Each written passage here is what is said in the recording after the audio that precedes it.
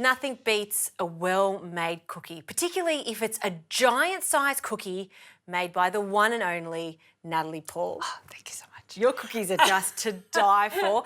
And surprisingly, it's not that hard to put together. It's not that hard. I always thought I liked flat, like crispy cookies, but when these were made for me, my mind was changed. These are big, fat, investment-eating cookies. I love it. This is very exciting.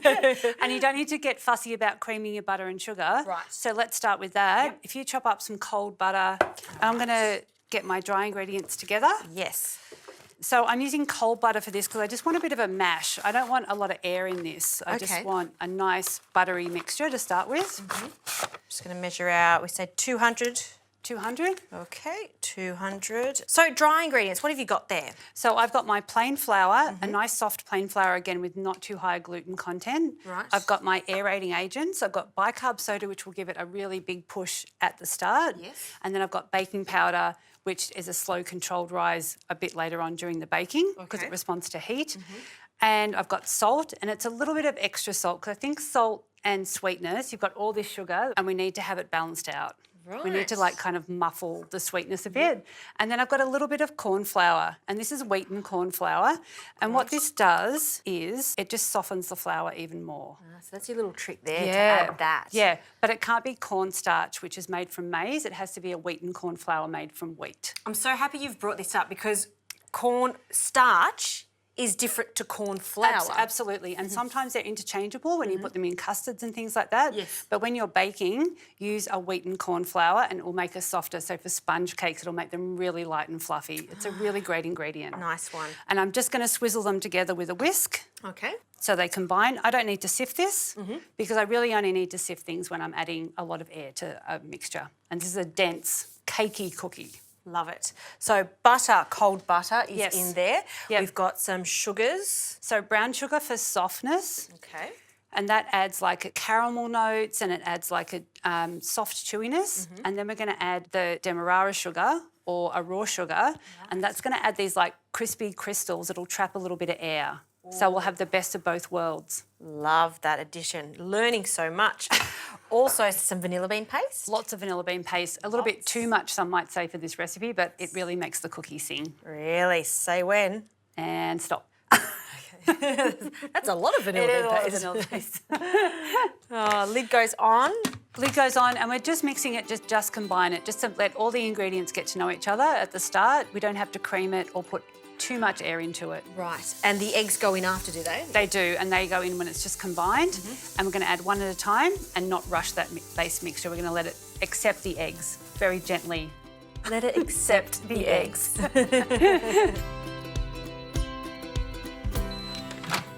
Okay, that has combined. That is beautiful. Now we will add all the flour in one go. Okay. Because we don't need to fuss with this cookie at all. And I am just going to chop some chocolate. Chocolate. Yeah. White chocolate. We're going to use white chocolate. Why not? But if you don't like white chocolate, you can use milk chocolate. Yep. I kind of like the idea of putting the white chocolate with the macadamia. I think they're a match made in heaven, aren't they? I agree. Yeah. Yep. And I'm just folding this in. We don't want to overwork this, is that No, correct? just a little light mix. Yeah. And I'm looking at this cookie dough and how many nuts you've got there and chocolate. And I think I like this ratio. Yeah, it's a good ratio. The great thing about the nuts too, when you toast them, if they are this perfect colour that they've been toasted, they'll be the same colour as a cookie dough. So when you're eating it, you'll be like kind of surprised when you hit those like nice macadamia lumps. It's so good. These are perfectly golden brown. How did you Perfectly. cook these? So toast in the oven. Never toast nuts in a pan. Yep. It is sacrilege.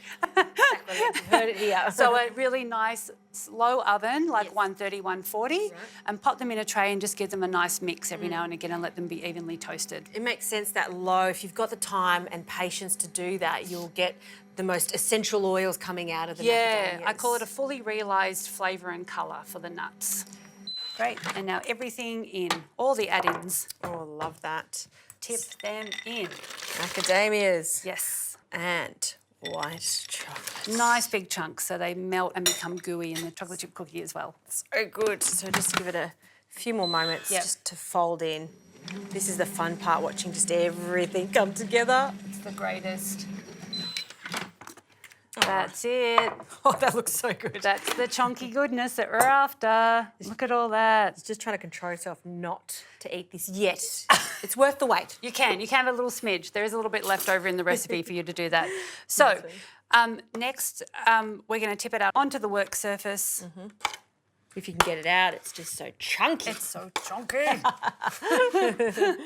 Amazing. And what I want to do is just give it a little mix with my hands, just in case there's any buttery seams down the bottom that haven't mixed in properly. Okay. And then I'll get nice even cookies. Everything. Every last piece. Yeah, that's it. Beautiful. There you Now, these are gigantic cookies, so if that scares you a little bit, you can drop them down to a more reasonable size. Nah, it doesn't scare me at all. No, But it's this size, so it's around 170 grams. Yep. And you just make a spiky asteroid. I love that. And pop it on your tray. So there you go. And you want to give them a little space, right? You do, yes, because they will spread quite a bit because they're such big cookies. Yeah.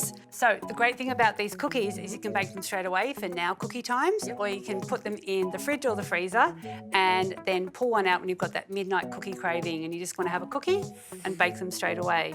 But we are going to finish these with some salt flakes because I love a little salty sprinkle on all of my cookies because it just gives a little bit of balance. Fantastic. All right, pop Straight these in the ones oven. in the oven. We'll Yeah. keep those for later.